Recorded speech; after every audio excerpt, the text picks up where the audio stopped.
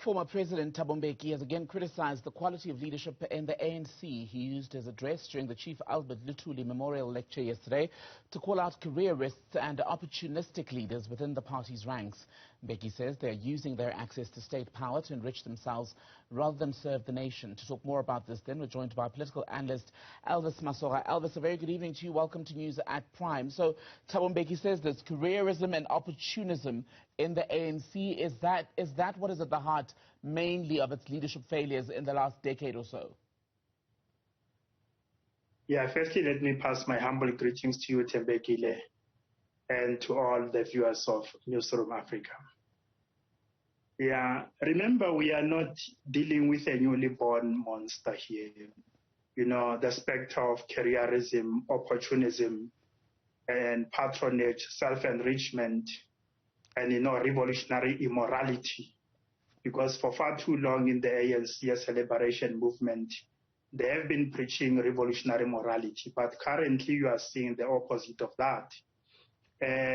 Members, more than 1 million membership, but you ask yourself, why did they join the ANC?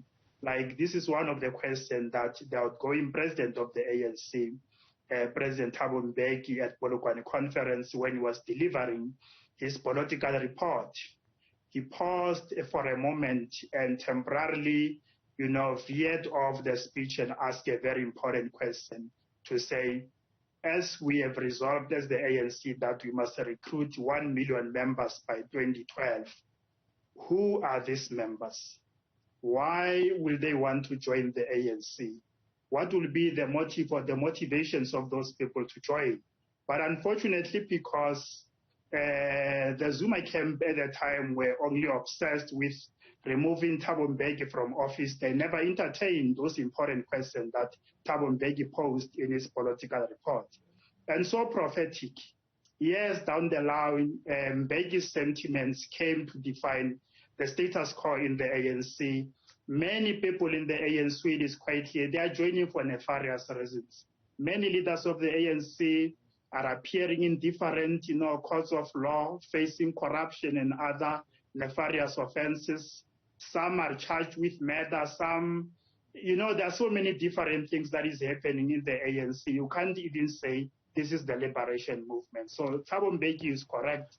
The current ANC has become, the paradoxical, opposite of what the ANC stands for as a liberation movement. So Elvis, the former president may be correct, but he himself as a leader cannot be absolved of blame or responsibility then for the declining quality of leadership, because even in delivering the lecture yesterday at the Chief Albert Luthuli Memorial Lecture, he acknowledged that the former president before him, Nelson Mandela, in 1997 issued a similar warning about careerism and opportunistic leaders. So why didn't he act against it during his decade or so in power and as leader of the ANC?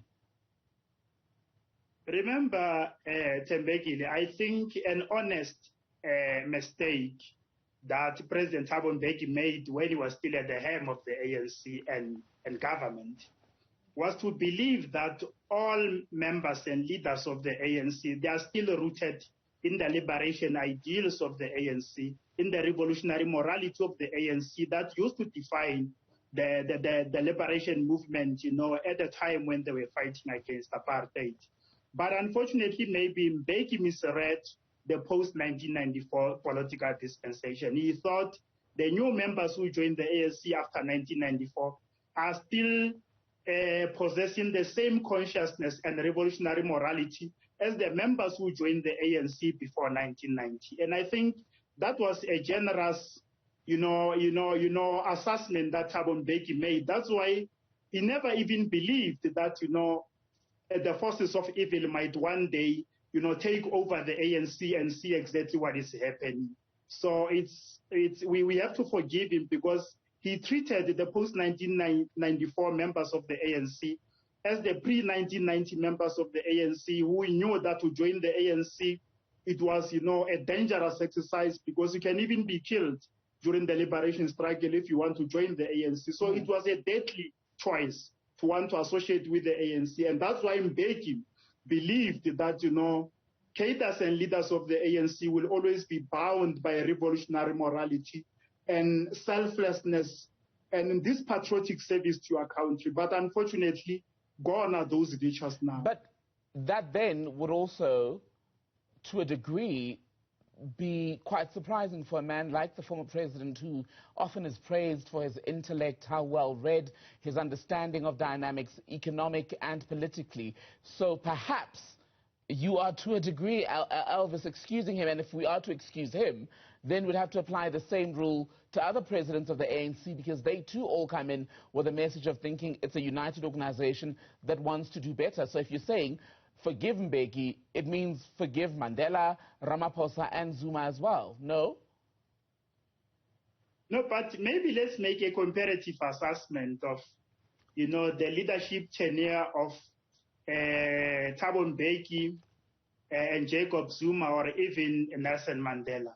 You'll agree with me that, during Mbeki era, when he was the president of the ANC and that of the country, the specter or the monster of corruption, careerism, opportunism, violent behavior among ANC members during conferences was a rare occasionality. It was not a customary pattern that you must always expect, as compared to nowadays, especially it started especially when there was a contest between Thabo Mbeki and Jacob Zuma, something that was considered to be a revolutionary taboo. Imagine members of the ANC burning the T-shirt of the sitting president. You remember those images that were flashing on TV?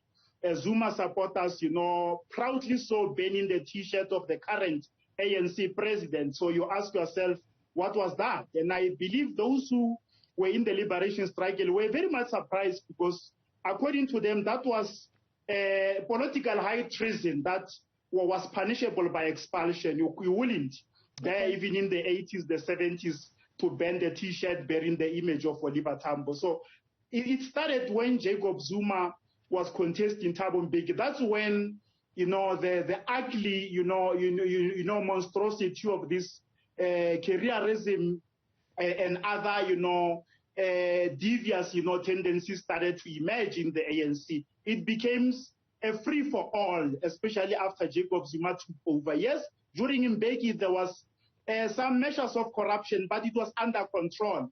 Members were very much fearful to can engage in those things, because Mbeki was quite clear that the ANC will remain rooted in its liberation ideals. But after Jacob Zuma, it became a free-for-all. The lynching mob brigade assumed power. Everything changed in the ANC. But to be fair, once again, corruption should not exist at all in government under any president on whatever scale. But the other problem here with careerism and opportunistic people is that where that exists at, shall we say, junior levels in the party, it exists in such a way that those people's actions also benefit those at the very top of the leadership structures. And there'd be very little motivation to root it out if these are the people that the top leadership can use for its own means going forward. Yeah, that's why they say, it is critically important to assess the quality of leadership so that you can understand the quality of that society or nation. Like, if you have got a leader who becomes an example of the same gospel that he preached, it becomes much easier for subordinate leaders to follow suit. During Mbeki time, Mbeki became a living example of what he stood for and what he was against. If Mbeki, for example, I can't remember any situation where there were an established pattern of reports linking Thabo Mbeki to corruption. But what happened to his successor, Jacob Zuma? A week can barely go by without encountering a story linking the then President Jacob Zuma to allegations of corruption. So the problem was one. You had the President Thabo Mbeki, who became, a near-perfect symbolism of what he was preaching in the ANC. When he was firm on corruption in NEC meetings, when he was taking action against members who are involved in corruption, so there was no one in the ANC who will say, how can President Thabo Mbeki take action against somebody who is corrupt while Mbeki is pursuing corruption? So that kind of sentiment was never there. But when it comes to Jacob Zuma, Jacob Zuma became a leaderless leader, to use a better language. Every day you are embroiled in allegations of corruption. How can you fight corruption in provinces, in municipalities? So whether Zuma wanted to fight corruption or not, he was not in a moral and ethical position to can become the leader of anti-corruption crusade. And that is where the problem lies. Mbeki became a near perfect symbolism of what he was preaching. But his successor, Jacob Zuma, became the leading promoter of the very same thing that is not needed in the ANC. So to me, that was the difference between the brand of leadership that we had in the ANC. So then, Mbeki, leadership also, though, is not without blemish. People, especially HIV/AIDS activists, will have very different views about the AIDS denialism period during his government. Yes, there was an arms deal report that was out that did not find any guilt on the part of the former president, but that happened under his watch. There were criticisms of him being a very outward-looking president who some said was very obsessed with globalism, often at the expense of the domestic picture. But final question to you, Elvis, and this is the idea, and Mbeki said this as well, the former president yesterday, that the ANC is too big to fail. Is that really true, or really a delusional party that's not aware that it's lost its former glory? I think we must, derive wisdom from history, because even dinosaurs that used to populate, the planet at some time 165 million years ago. All right, I think we've lost Elvis Masora, political analyst, speaking to us about comments made by the former president of the ANC in the country, Thabo Mbeki, while delivering that memorial lecture yesterday, the Chief Albert Luthuli Memorial Lecture.